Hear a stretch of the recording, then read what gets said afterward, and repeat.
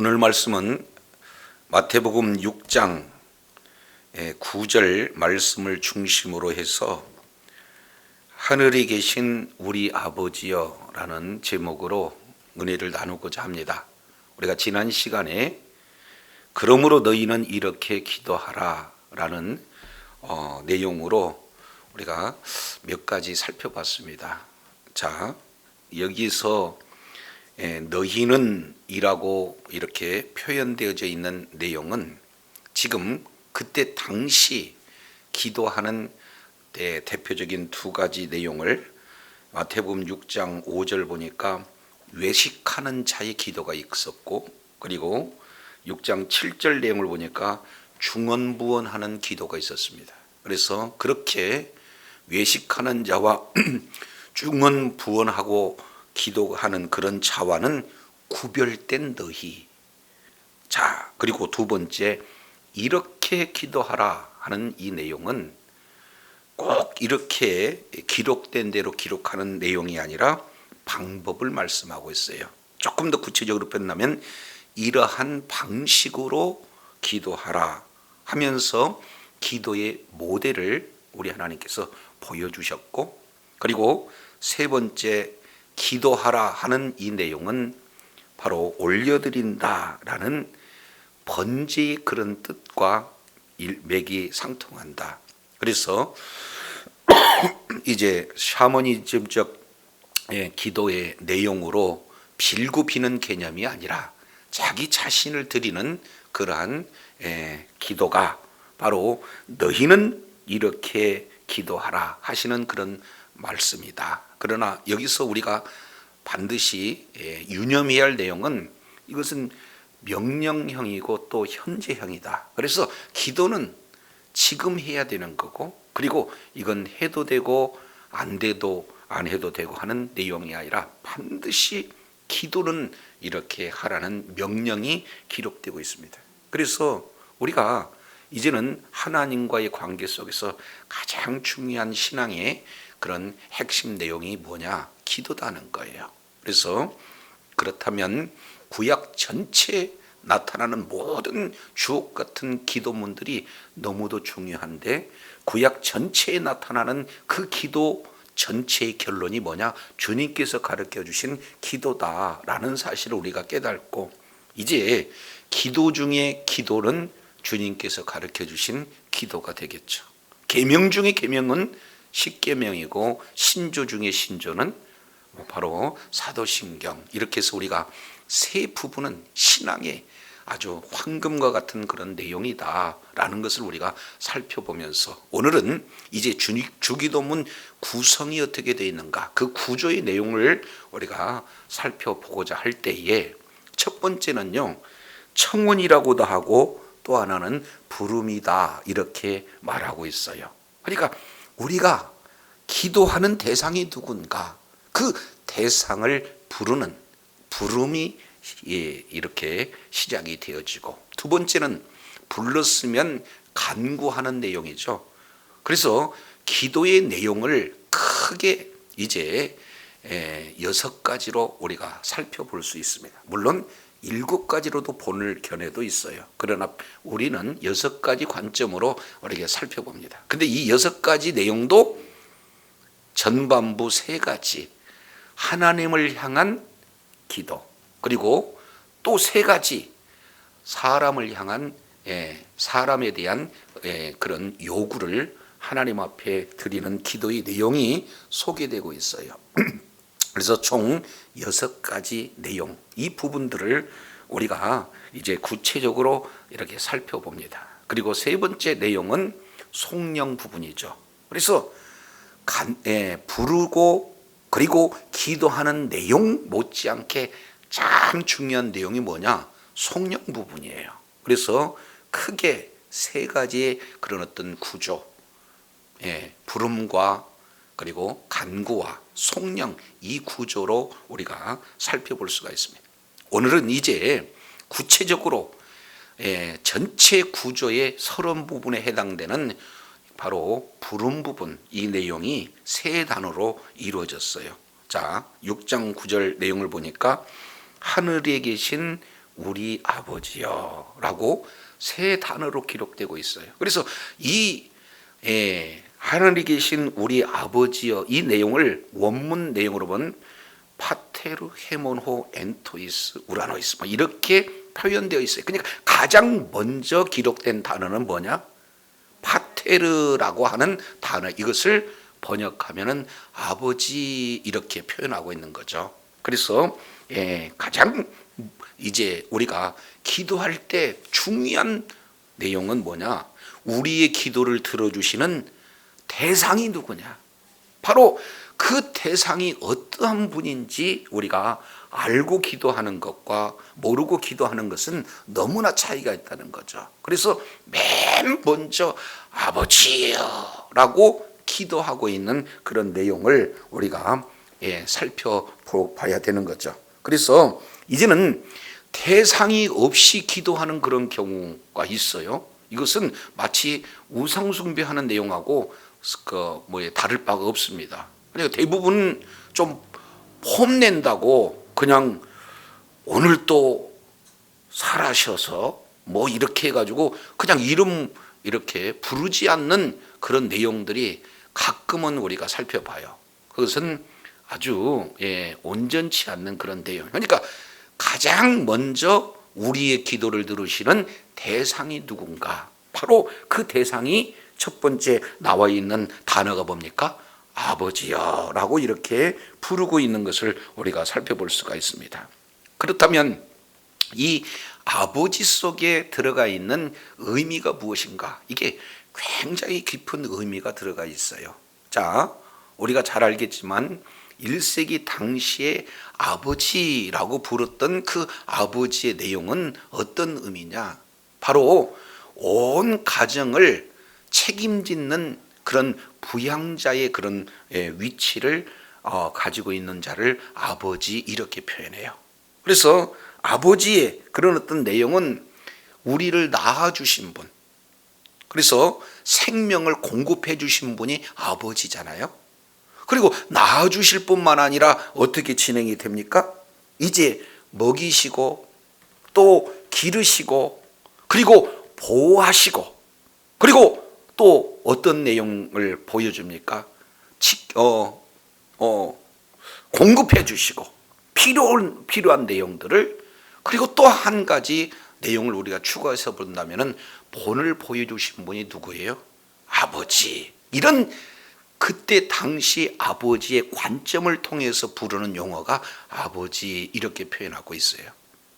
그래서 우리 하나님께서는 이제 지금 우리의 기도를 들어주시는 대상인데, 오늘 예수님께서 우리들에게 가르쳐 주신 기도의 첫 번째 대상이 무언가?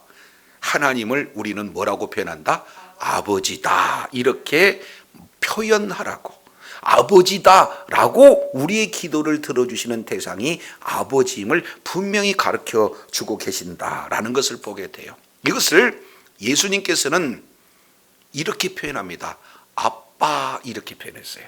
다시 뭐라고요? 아빠. 이 내용은 마가복음 14장 36절 내용을 통해서 보면은 우리 주님께서 하나님을 향하여 기도할 때 아빠 아버지여 이렇게 기도하고 있는 내용을 보게 됩니다. 이 내용은 신약 성경 전체에 세 군데 기록되고 있어요. 그래서 갈라디아서 4장 6절, 그리고 로마서 8장 15절, 그리고 마가복음 14장 36절, 이렇게 세 군데 하나님을 아빠 아버지다 이렇게 부르고 있는 거죠. 오늘날 우리 자녀들도 아버지를 부를 때 아버님 이렇게 부르는 사람도 있지만, 또 어린 자녀들은 뭐라고 불러요? 아빠 이렇게 불러요. 얼마나 친근한 그런 용어인지 몰라요. 그러잖아요. 그러니까 자녀와 아빠의 그런 어떤 관계 속에서 아빠라고 하는 것은 매우 친밀한 그런 어떤 표현으로서 하나님을 호칭하고 있는 것을 우리가 살펴보게 되죠. 그런데 우리 사람들이 아빠라고 부르는 개념하고는 조금 차이가 있어요. 왜 그러냐면 여기서 아빠라는 친근감도 있지만 그 중심에는 경외감, 존경하고 경배의 대상이 되어지는 그 분이 우리에게 아빠라고 친근감이 되어지는 그런 표현을 아바, 아버지 이렇게 표현하고 있다는 거예요. 그래서 가장 우리가 기도할 때 우리의 기도를 들어주시는 분은 바로 우리의 예배 대상이기도 하고 우리의 모든 생사화복을 주장하시는 우리는 하나님이시기도 하고, 그리고 천지 우주 만물을 창조하시는 하나님이기도 하고, 동시에 모든 우주 만물을 오늘 또 통치하시는 그런 하나님이시긴 하지만 우리와의 관계가 어떻게 돼야 돼요? 아주 친밀한 관계임을 뭘로 표현했느냐? 아바, 아버지다 이렇게 표현을 하고 있어요. 그래서 우리 주님이 우리들에게 하나님을 뭐라고 부르라고 그랬다고요? 아빠라고 이렇게 부르고 있어요. 근데 이것이 보통 사건이 아닙니다. 왜 그러냐면 이제 우리가 요한복음 8장 17절 내용을 통해서 보면은 유대인과의 대화 중에서 아버지께서 일하시니 나도 일한다 이렇게 표현을 하고 있거든요. 그러니까 유대인들이 발끈해요. 왜 그러냐면 하나님을 아버지라고 부른다는 그 자체를 하나님과 동등됨이 여길 것으로 생각하고 결국에는 신성모독으로 하나님을 아버지라고 불렀다고 해서 십자가에서 죽이는 그런 근거를 삼고 있잖아요. 그러니 이 유대인들 중에서 어떤 누구도 하나님을 아버지라고 부를 수 있는 그런 자들이 없을 그 당시에 우리 주님은 너희는 이렇게 기도하라 하면서 아빠, 다른 말로 아버지라고 부르게 가르쳐 주신 이 내용이야말로 얼마나 파격적인 내용인지, 동시에 이게 우리들에게 얼마나 복된 그런 내용인지 우리 주님께서 직접 보고 보여주고 계신 거예요. 자, 그러면 이 내용을 구약 성경과 신약 성경 이 내용을 통해서 우리가 조금 이렇게 살펴보게 되어지면요, 하나님께서는 우리 이스라엘 백성들 내용을 뭘로 보고 계시냐면은 아버지와 아들과의 관계 속에서 그 친밀함을 말씀을 해주고 있는데, 하나님의 마음을 오해하고 그저 종교적으로 형식적인 그런 내용으로 하나님을 섬기는 우를 이스라엘 백성들이 범했거든요. 자, 이 내용을 출애굽기 내용을 보면서는 이렇게 출애굽기 4장 22절 내용을 통해서 보면은요, 이스라엘 백성들을 나의 장자, 나의 아들 이렇게 표현하고 있어요. 이스라엘 백성들을. 이 내용을 훗날 호세아 선지자는 뭐라고 표현하고 있냐면은 호세아 11장 1절에 동일한 내용, 우리 하나님께서 너희를, 우리 아들을 애굽에서 이끌어내 주신 우리 아버지가 아니냐 이렇게 표현하고 있어요. 그러니 우리 주님은 이스라엘 백성들로 하여금 무엇으로 불려지기를 원하신 거예요? 아버지로 불려지시기를 원하는 거예요. 근데 그 아버지의 마음을 이스라엘 백성들은 오해하게 된 거죠. 문자에 집착하는 나머지, 형식적인 그런 어떤 내용에 집착한 나머지 하나님의 마음을 깨닫지 못하는 그런 어떤 일들을 이렇게 범하고 말았습니다.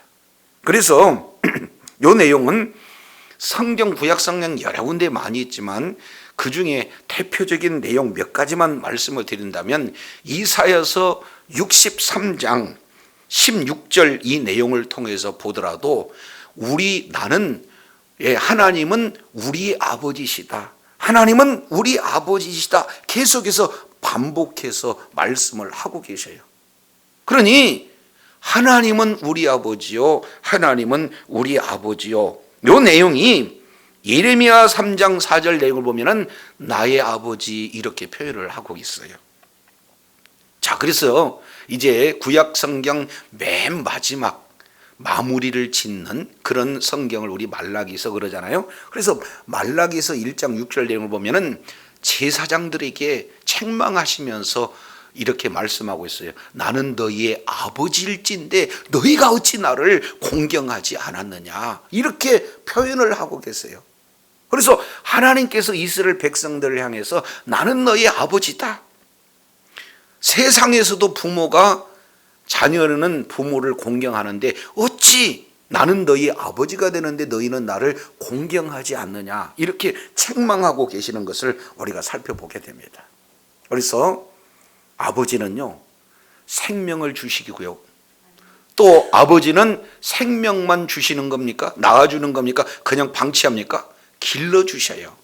길러주실 때 위험이 있으면 보호해 주시고, 필요한 것은 공급해 주시고, 그리고 잘 이렇게 바르게 자랄 수 있도록 양육하시고, 그렇지 않습니까? 이게 바로 아버지의 그런 내용이에요. 이것을 신명기 32장 이 내용은 너무나 자세히 말씀을 하고 있어요. 그래서 이스라엘 백성들을 애굽에서 인도하실 때 이제 뭐라고 표현했느냐, 아버지가 자녀를 어떻게 양육하고 어떻게 보호하고 어떻게 공급했는가, 그 내용을 한마디로 요약해서 눈동자처럼 지키시고 보호해 주시고 독수리의 날개로 이렇게 이제 업어 안으시는 그런 사랑의 하나님의 모습을 그리고 있어요.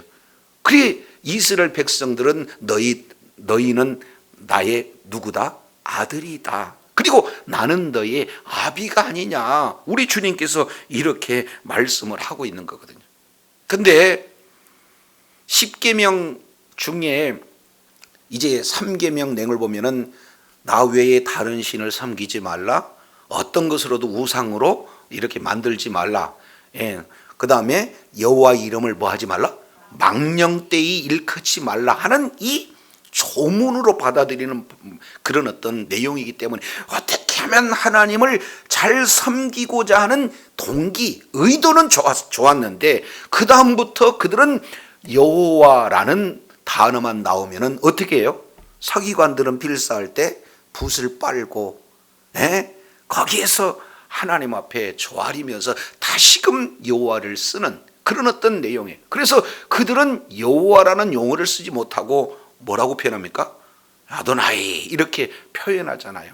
그래서 너무나 귀한 하나님, 아주 높으신 하나님, 이런 내용으로 받아들이는 그 동기는 좋았는데 이제 이름을 부르는 것을 이제 아예 금지시키는, 그래서 예수님이 하나님을 아버지라고 원래 본 아버지의 마음을 그대로 이렇게 담아서 아버지라고 불렸더니 죽일 죄라는 거예요. 신성모독이라는 거예요.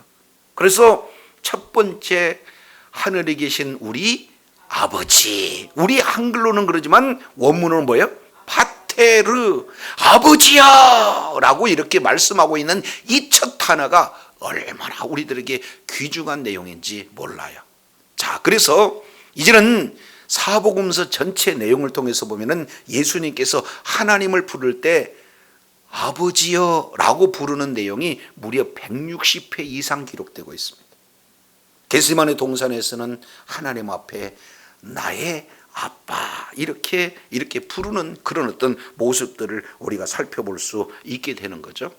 자, 그래서 구약에서 우리 주님께서는 이스라엘 백성들로 하여금 나는 너희 아비고 너희는 나의 장자다 이렇게 표현했음에도 불구하고 그들은 하나님을 아버지라고 부르지 못하는 그런 엄청난 우를 범하게 되어지는 거고, 그래서 아버지 이름을 우리들에게 주시기 위해서 우리 주님은 십자가에서 죽으셨다 그 말이에요. 그만큼 하나님을 아버지라 부를 수 있는 이 내용은 예수 그리스도를 믿는 믿음을 가진 자들만 하나님을 아버지라 부를 수 있는 은혜가, 특권이 주어진 줄로 믿습니다.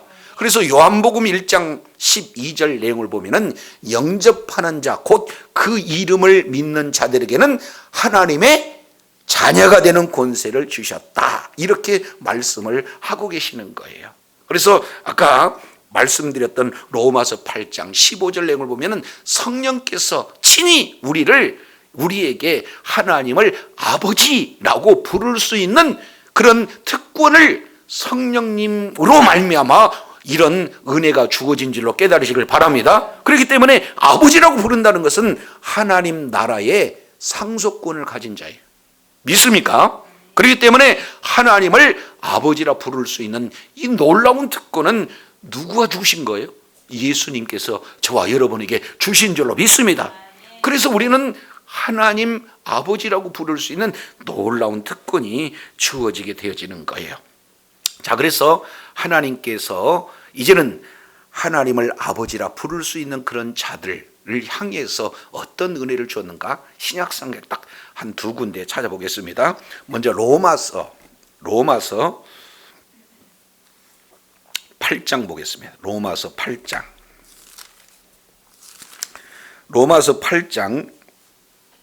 15절. 너희는 다시 무서워하는 종의 영을 받지 아니하였고 양자의 영을 받았으므로 아빠 아버지라 부르짖느니라. 성령이 친히 우리 영으로 더불어 우리가 하나님의 자녀인 것을 증거하시나니, 자녀면 또한 뭐라고 그랬어요? 상속자, 곧 하나님의 상속자요 그리스도와 함께한 상속자인 줄로 믿습니다. 그렇기 때문에 아빠라고 하나님을 누구도 부를 수가 없어요. 성령이 아니고는 하나님을 아빠라 부를 수가 없어요. 우리가 하나님을 아빠라고 부를 수 있는 이 자는 하나님 나라를 상속적으로 받을 수 있는 존귀한 자가 된 줄로 믿습니다. 그렇기 때문에 아버지야 라고 이 부를 수 있는 내용은 얼마나 큰 특권인지 몰라요. 한간 조금 뒤에 넘겨보겠습니다. 8장 내용을 통해서 보면은, 자 38절 39절 내가 확신하노니, 하나님 자녀에게 주어지는 특권 10가지 내용들이 이렇게 포함이 되고 있어요. 사망이나 생명이나 천사들이나 권세들이나 현재이나 장래일이나 능력이나 높음이나 기쁨이나 다른 아무 피조물이라도 우리 주 예수 그리스도 안에 있는 하나님의 사랑에서 끊을 수 있다 없다? 없어요. 어떤 내용도 끊을 수가 없어요. 하나님의 보호하심, 하나님의 공급하심, 하나님의 이제 인도하심, 이런 내용은 하나님이 자녀인 우리를 지극히 사랑하시기 때문에 하나님의 나라까지, 이제 이 땅에서도 하나님의 나라를 누릴 뿐만 아니라 예수님이 다시 오실 때 바로 영원한 천국으로 이끌어주시는 그 하나님의 사랑에서 어떤 누구도 끊지 못한다고 내가 확신하노니 하는 사도 바울의 고백처럼 저와 여러분이 이런 확신을 가지고 날마다 승리하는 삶을 살기를 원합니다. 자, 이 내용을 갈라디아서 우리 잠깐 살펴보겠습니다. 갈라디아서 내용을 보면은 4장 1절 내용을 보면 똑같은 내용이에요. 내가 또 말하노니 유업을 이을 자가 모든 것의 주인이니 어렸을 동안에는 종과 다름이 없어서, 이렇게 말씀을 하고 계세요. 자, 그러면서 4장 4절 보겠습니다. 때가 참에 하나님이 그 아들을 보내서 여자에게 나기시게 하시고 율법 아래 나게 하신 것은 1번 율법 아래에 있는 자들을 뭐 하시고? 속량하시고, 여기서 속량한다는 것은 예수님의 피의 값을 지불하고 사신 존재다 그 말이죠. 왜 예수님의 피의 값을 지불하고 사셨는가? 우리로 뭘 얻게 하려 함이라? 그렇습니다. 아들의 명분을 얻게 하는 거예요. 따라서 4장 6절 내용을 보니까 너희가 아들인 고로 하나님이 아들의 영을 우리 마음에 보내사 뭐라고 불렀어요? 아빠, 아버지라고 불렀다 그 말이죠. 그러므로 내가 이후로는 종이 아니고 아들이니, 아들이면 하나님의 말로 말미암아 뭘 얻는 자예요? 7절 하반절에 보니까 유업을 얻는 자 그 말. 이 유업은 하나님의 나라의 상속자다 그 말이죠. 그래서 아빠, 아버지라고 부를 수 있는 이 내용은 엄청난 우리들에게 축복인 줄로 깨달으시길 바랍니다. 그래서 우리가 먼저 기도할 때 대상이 누구냐 그 말이죠. 우리의 기도를 들어주시는 그분이 바로 하나님이시고, 하나님을 우리는 아버지라고 부를 수 있는 그 특권은 예수 그리스도의 보혈의 은혜로 말미암아 우리들에게 주어진 줄로 믿습니다. 유대인들은 못 부르지만 우리들은 하나님을 아버지라고 부를 수 있는 이런 엄청난 은혜를 주셨어요. 다시 이제 마태복음 6장 9절 내용을 보면은 아버지인데 그 앞에다가 뭐라고 말씀을 하고 있습니까? 우리 아버지, 이게 너무 중요한 단어예요. 그 어마어마한 하나님이 말씀 한마디로 우주 만물을 창조하시는 능력의 하나님이 한번 약속하시면 끝까지 우리를 지켜주시는 여호와 하나님이 우리의 아버지다, 그 말이죠. 근데 그 아버지를 앞에다가 뭐라고 표현을 해놨어요? 우리 아버지. 우리가 기도하다가 보면은 공중에 기도할 때 내 아버지 이런 사람들이 있어요. 여기서 우리 주님이 가르쳐 주는 것은 내 아버지예요, 우리 아버지예요. 이거 굉장히 중요합니다. 내 아버지, 이 내용은 개인적인 그런 어떤 부분이고, 우리 아버지는 공동체적인 의미로서의 우리 아버지다. 이 부분들을 우리가 살펴볼 수가 있습니다. 이것을 우리가 조금 더 생각해 보면은 개인주의의 하나님과 공동체의 하나님하고 우리가 이렇게 생각해 볼 수 있잖아요. 자, 그러면 이걸 한번 생각해 보세요. 우리 아버지 그러면은 각자가 나의 아버지도 되지만 너의 아버지도 되고, 또 너의 아버지면서 또 나의 아버지니까 한마디로 본다면은 무슨 하나님이에요? 우리 하나님이 되어진다. 그러면은 아버지가 한 분이고 각자 아버지를 내 아버지라고 부를 수 있는 우리는 어떤 관계가 되는 겁니까? 그렇습니다. 형제예요. 그래서 우리라고 하는 그 개념에는 1차적인 의미는 공동체적 의미가 있고, 그리고 두 번째 내용은 형제 자매의 의미가 그 속에 고스란히 녹여져 있는 줄로 깨달으시기를 바랍니다. 우리 하나님은 내 기도만 들으시는 것이 아니라 당신의 기도도 들어주신다.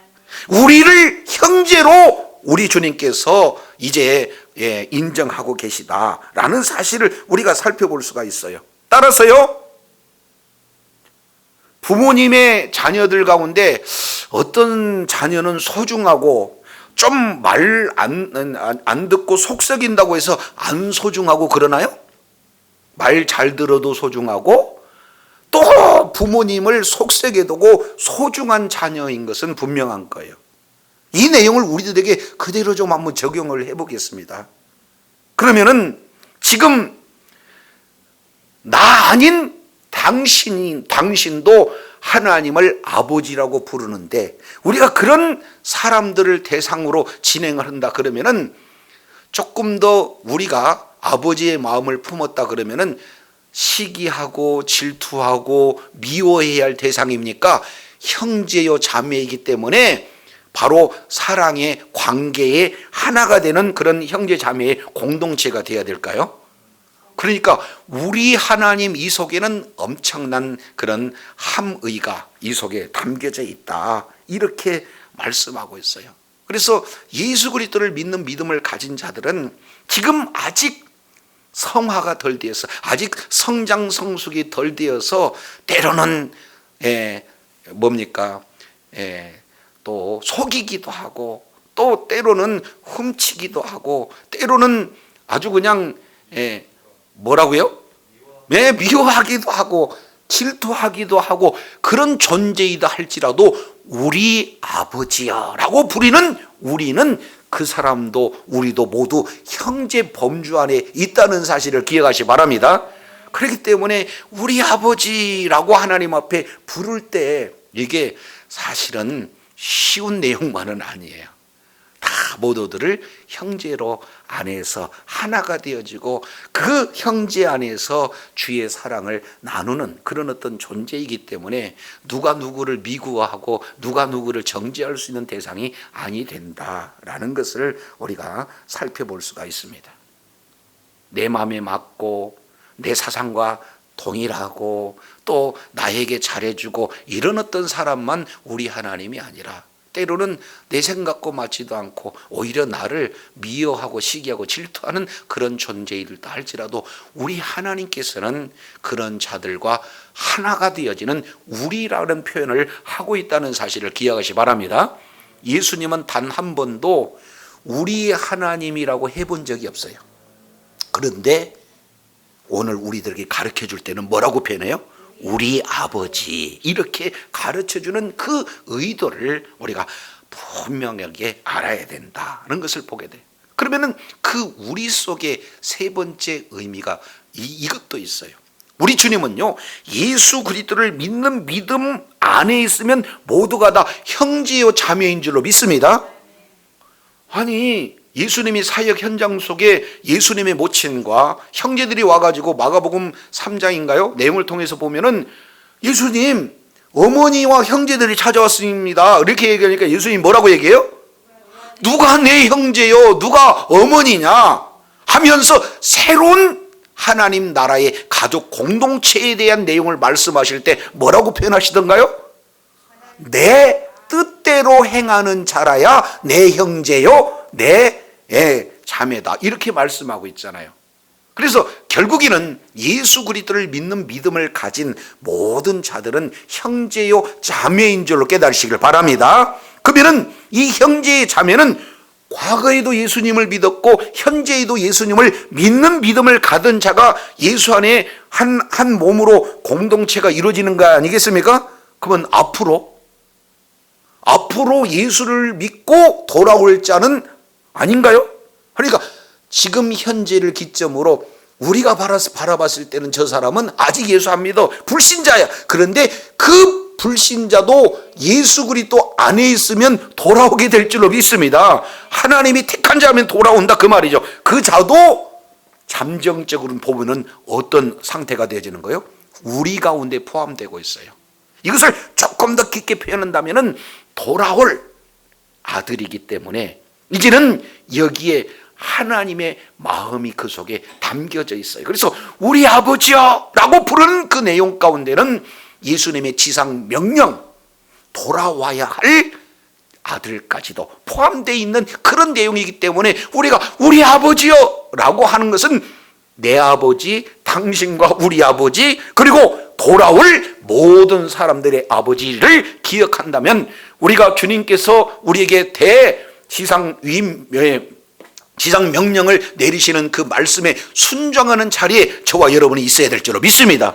그만큼 우리 아버지여 라고 부르는 이 내용에 얼마나 깊은 함의가 들어가 있는가 하는 내용들을, 함의를 포함하고 있는가 하는 내용들을 우리가 살펴볼 수가 있습니다. 그래서 아버지, 그리고 우리 아버지. 근데 그 우리 아버지는 어디 계시냐 그 말이죠. 세 번째 내용을 통해서 보니까 뭐라고 말씀하고 있어요?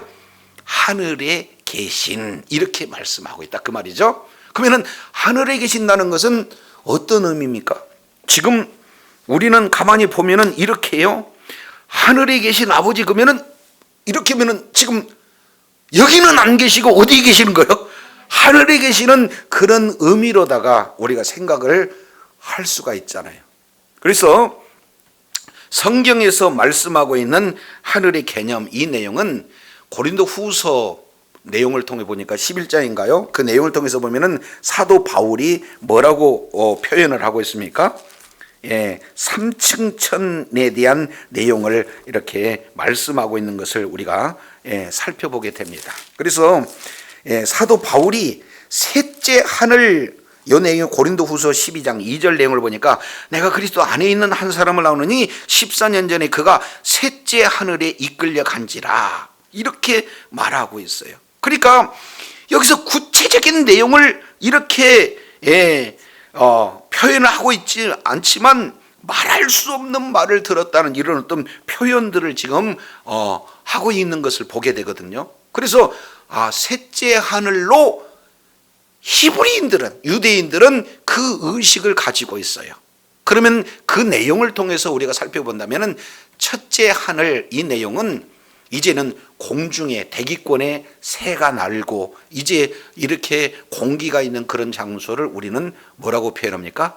첫째 하늘, 이렇게 생각하는 거죠. 그리고 둘째 하늘은 그 대기권을 벗어나서 이제는 아주 별들이 많이 있고 그저에 이런 어떤 은하계가 있는 그런 어떤 내용에서 셋째 하늘까지의 그 무한한 공간, 이 내용을 우리는 둘째 하늘, 이렇게 인식하고 있습니다.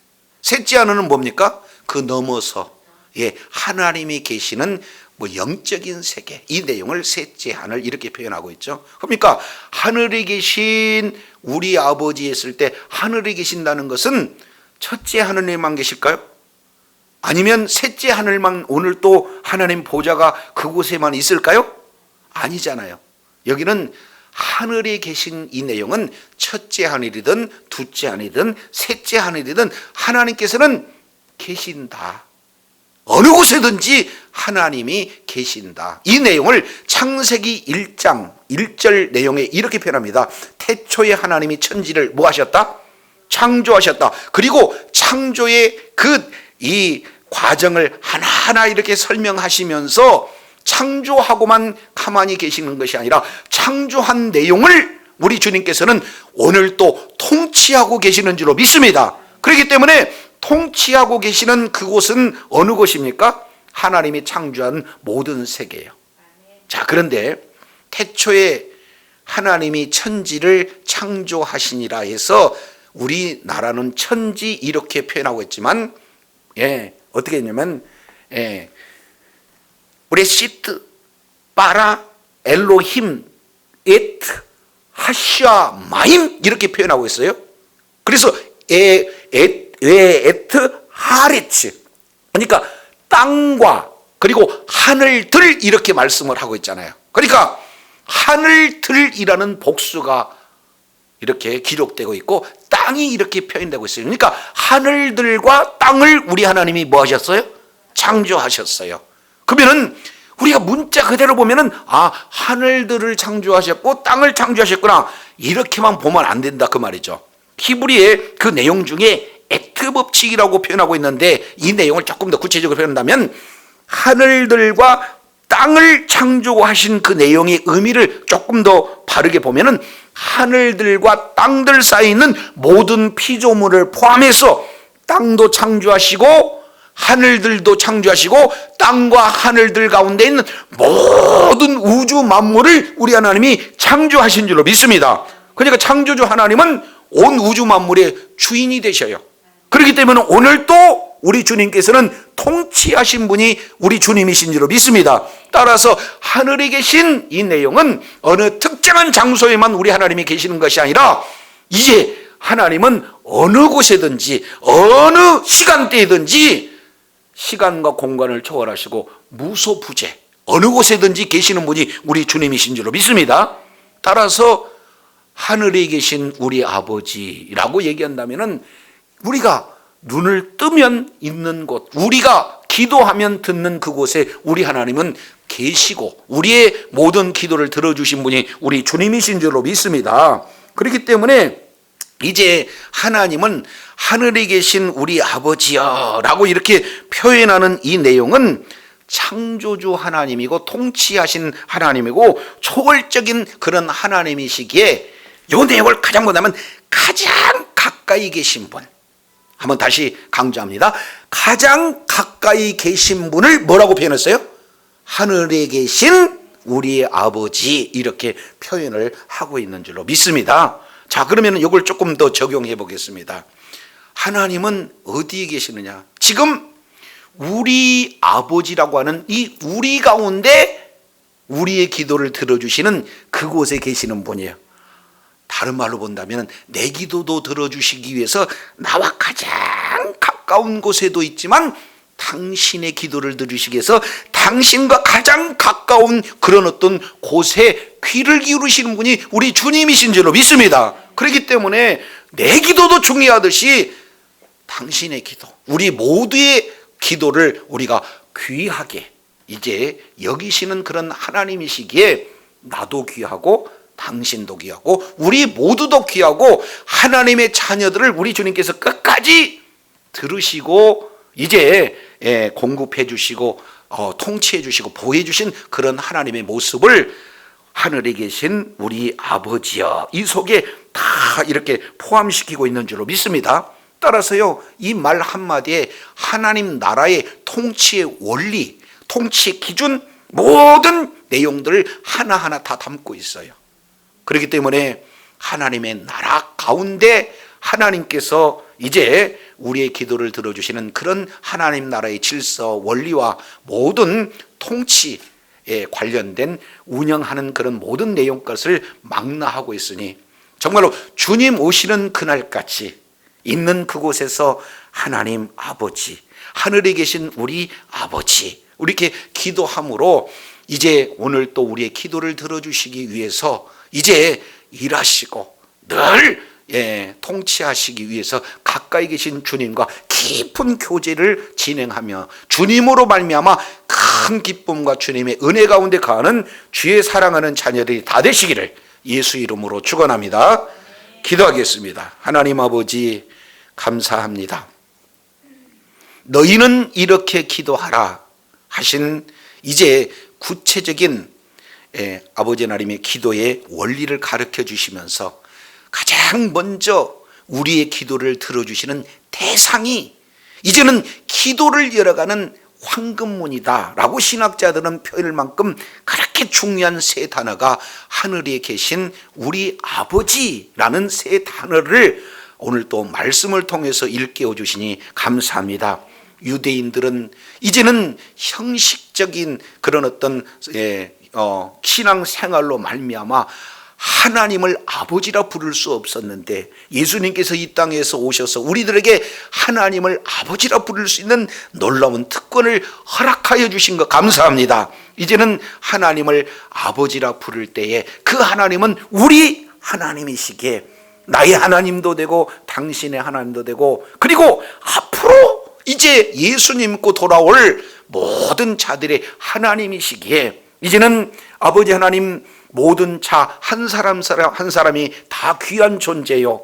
그리고 무엇보다도 그 속에 이제는 전도 명령, 선교의 명령을 압축적으로 담고 있는 우리라는 것을 우리 주님께서 깨닫게 해주실 뿐만 아니라 그 우리 하나님은 바로 가장 가까운 게 계셔서 우리의 기도를 들어주시고 날마다 공급해 주시고 통치해 주시고 이렇게 보호해 주시는 주님이심을 다시 한번 일깨워 주셨사온즉 이제 정말로 하나님을 아버지라고 부를 수 있는 그 자가 하나님의 자녀가 되어서 이 땅에서도 하나님 나라의 유업을 받은 차로 누리며 살 뿐만 아니라 영원한 천국을 하나님의 나라의 그런 유업을 이제 온전히 누릴 소망과 비전을 가지고 날마다 승리하며 주님 앞에 존귀하게 쓰임받기를 쓰임받는 주의 사랑하는 자녀들 다 되게 하여 주시옵소서. 우리 구주 예수님 이름으로 기도드립니다. 아멘.